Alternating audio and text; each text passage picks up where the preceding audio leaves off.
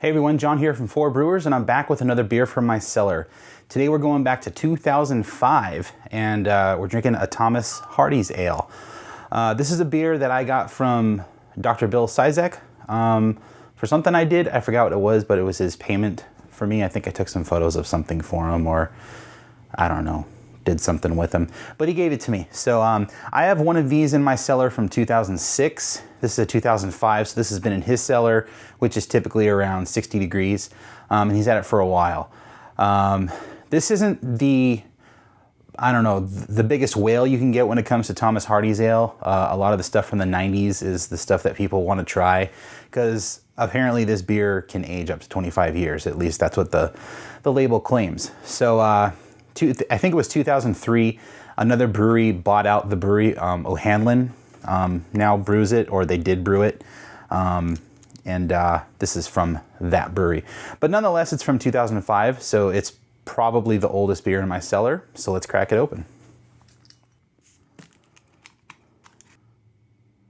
So this is a bottle conditioned beer. You got to be careful when you pour it. Typically, they recommend on the bottle letting it sit upright for 48 hours to let all the sediment settle down to the bottom, assuming you had it refrigerated for a while or in your cellar standing up. Shouldn't be an issue. So this is crystal clear. It's a nice dark red caramel color. There's no head on there. This is like 11%, 11.7%. So let's see what it smells like. That smells very rich. First thing I get is fig off this thing, big time. Dark fruit. Oh man, caramel. I'm surprised by how much fruit I'm getting off of this. Like it smells so good. Has like a molasses kind of thing going on. This heavy, dark fruit, caramel, awesome nose. No signs of oxidation. This is an old ale, by the way. That's the style of this beer. It's an old ale. But no oxidation really to speak of. This would make a great air freshener. So let's see what it tastes like. Right off the bat, very viscous.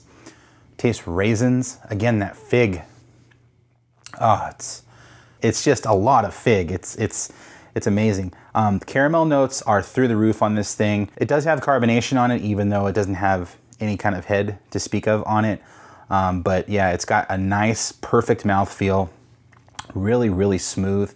There is some booze on there, just a little bit, enough to kind of lift everything up and let you know you're dealing with some alcohol. I get like a grittiness also. Sugary thing, like a toffee. Tastes like candy almost. A rich caramel candy. It's got a bitterness to it also, kind of in the middle of my tongue that I'm picking up, which is nice because, like I said, you do get that sugary toffee, fig, plum kind of sweetness going on.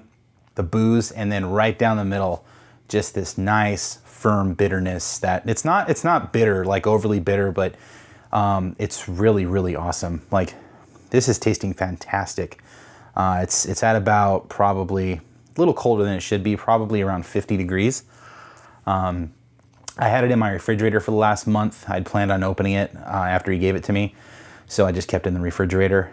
But yeah, this is tasting fantastic. Really oily on the glass. Like, it's just, oh, that's awesome. And the color on this thing is just spectacular. If you could, man, like I said, this deep dark red, it's awesome. Oh, great. Really, really good beer. If you can find this beer, I highly recommend buying it. It's not that expensive if you can find it. If you go to bottle shops that tend to pull out older bottles from their cellars and put them up for sale, that's usually where you'll find them. I know High Time in Costa Mesa does that all the time. They have stuff that you'll randomly find from like 5-6 years ago. So yeah, I highly recommend this beer. It's an awesome beer. If you can find it, pick it up. And that's one less beer in my cellar.